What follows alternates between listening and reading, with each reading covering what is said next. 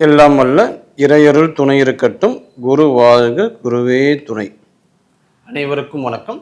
ஔஷதம் சித்த மருத்துவ மையத்தின் சார்பாக உங்களின் மருத்துவர் டாக்டர் மு. கலைவாணன்.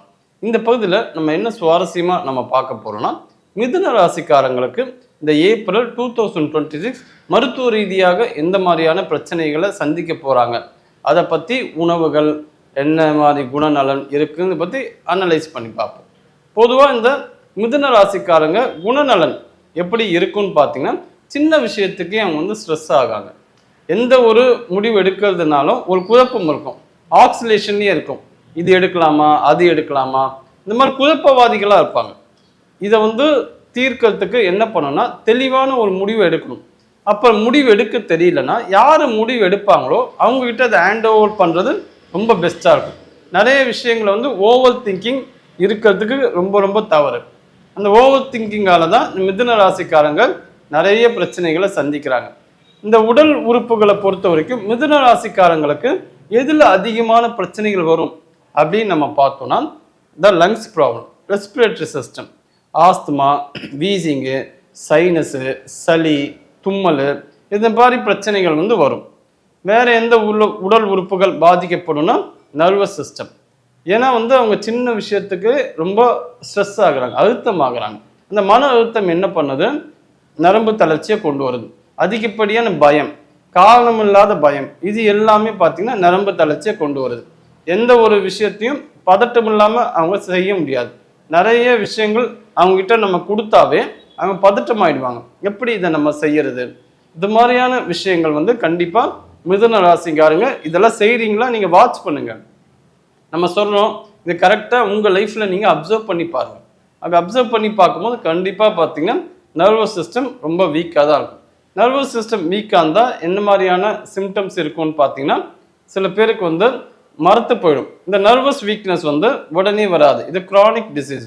எதன் மூலமாலாம் இது வரும்னா, டயபிட்டிஸ் மூலமாக வரும். இப்போ டயபிட்டிஸ் அதிகமாக இருந்துச்சுன்னா என்ன ஆகும், கால் மரத்து போவோம். அதே போல் அவங்களுக்கு ஏதாவது புண்ணு வந்துச்சுன்னா அது சீக்கிரம் ஆகாது. நர்வஸ் சிஸ்டம் எப்படி பாதிக்கப்படுதுன்னா, இந்த நர்வ் எண்டிங்ஸ் அரிக்கப்படும். அதனால மரத்து போகும். அந்த இடத்துல சரியான பிளட் சர்க்குலேஷன் இருக்காது. டயபிட்டிஸ்க்கு ஒரு அடிப்படையான காரணம் செரிமான கோளாறு. அப்போ மிதுன ராசிக்காரங்க செரிமான கோளாறு இல்லாமல் பார்த்துக்கிறது ரொம்ப ரொம்ப சிறப்பு. அதுக்கு ஜீரக தண்ணி பயன்படுத்தலாம், வெந்தய தண்ணி பயன்படுத்தலாம். இதெல்லாம் சிம்பிள் ரெமெடி, வீட்லேயே நம்ம செஞ்சு நம்ம சாப்பிடலாம். எதுக்கு எடுத்தாலும் மாத்திரை மருந்துன்னு போகாமல் நீங்கள் இந்த மாதிரி எடுத்துக்கிட்டா ரொம்ப பெஸ்ட்டு. ஆனால் பாருங்க, இது ஒரு அவுட்லைன் தான், இது ஒரு கைடன்ஸ் தான். இதையே பேஸ் பண்ணி நீங்கள் மருந்து எடுக்காமல் விட்டுறக்கூடாது. கரெக்டான சித்த டாக்டர்ஸை நீங்கள் பாருங்கள். அதுக்கு நரம்பு தளர்ச்சிக்கு, நரம்பை பலவீனப்படுத்துறதுக்கு சித்தால அமுக்குரா சூர்ணம், சிலாசச்சு பருப்பம், கோக்ஷராதி குக்குழு போன்ற நிறைய மருந்துகள் கண்டிப்பாக இருக்குது. அதை நீங்கள் எடுத்துக்கிட்டா நரம்பு பிரச்சனைகள் சரியாகும். அதே போல சுவாச பிரச்சனைகளுக்கு சுவாச கூடாரி மாத்திரைகள் உண்டு. அதே போல் பவள பருப்பம் இருக்குது, பலகரை பருப்பம் இருக்குது, சங்கு பருப்பம் இருக்குது, சிலாசத்து பருப்பம் இருக்குது. இது எல்லாமே பார்த்தீங்கன்னா அந்த பேஷண்ட்டுக்கு ஏற்ற மாதிரி நாடிகள் பார்த்து வாத பித்த கபம் எப்படி இருக்குது நம்ம பார்க்கும்போது அவங்களோட ஜாதகத்தையும் வாங்கி நம்ம அனலைஸ் பண்ணி அதுக்கேற்ற மருந்துகள் தான் கொடுத்துட்டு வரும்.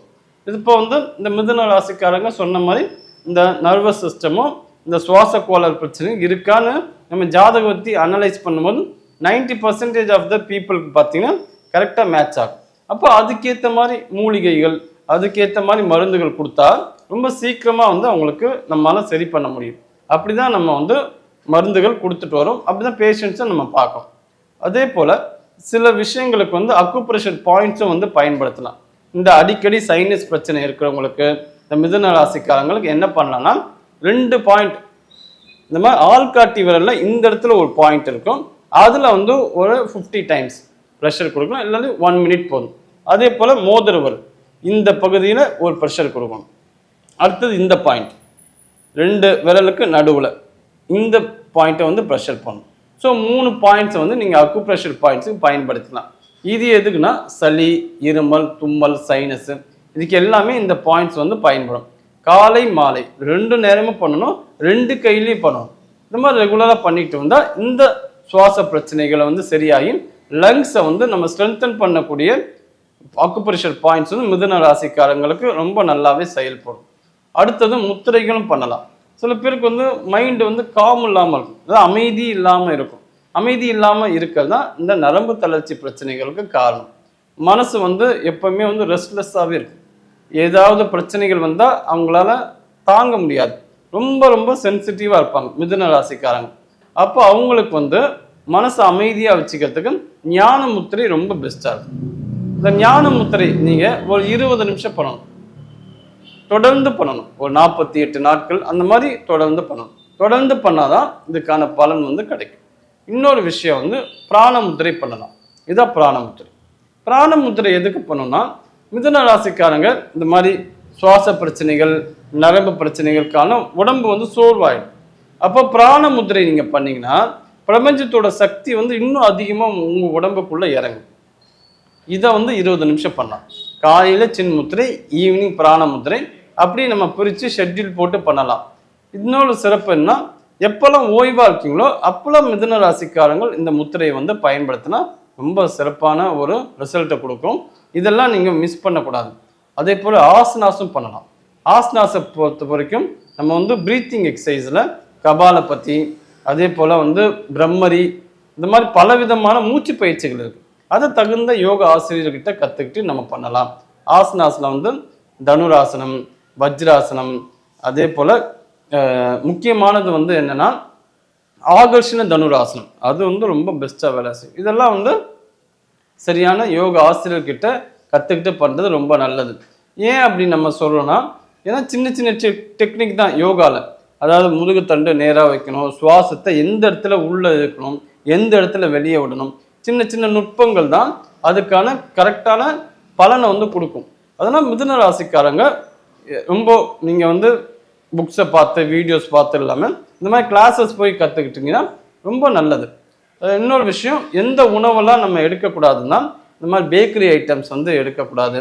காரமாக சாப்பிட்றதுக்கு மிதுன ராசிக்காரங்க ரொம்ப விரும்புவாங்க. அப்படி இருக்கக்கூடாது. எந்த உணவுகள் அதிகமாக எடுக்கணும்னா கசப்பு சார்ந்த உணவுகள் எடுக்கணும். கசப்பு சார்ந்த உணவுகள் வந்து நலம்பை வந்து பலப்படுத்தும்.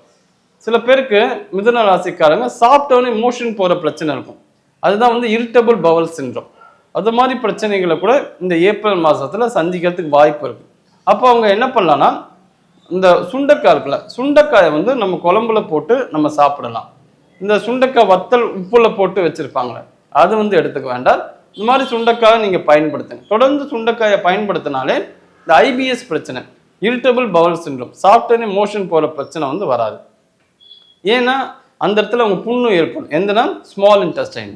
ஸ்மால் இன்டெஸ்டைன் தான் உடம்புல இருக்க உணவை வந்து அப்சர்வ் பண்ணுற ஒரு விஷயம்.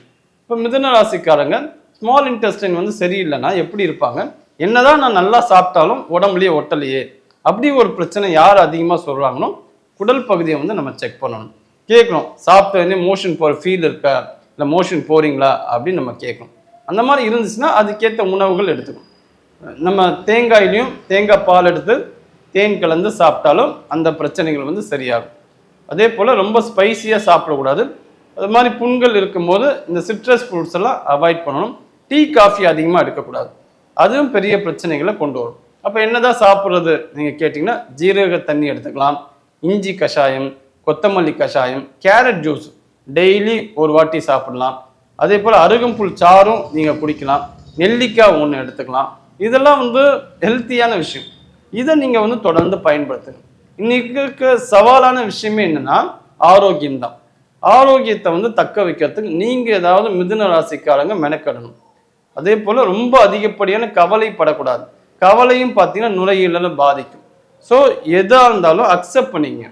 எதிர்பார்ப்பு தேவை கிடையாது. இந்த 2 விஷயத்த மிதுன ராசிக்காரங்க கரெக்டாக நீங்கள் ஃபாலோ பண்ணிங்கன்னா இந்த ஏப்ரல் மாதம் 2026 ரொம்ப அற்புதமாக போகும். நன்றி, வணக்கம்.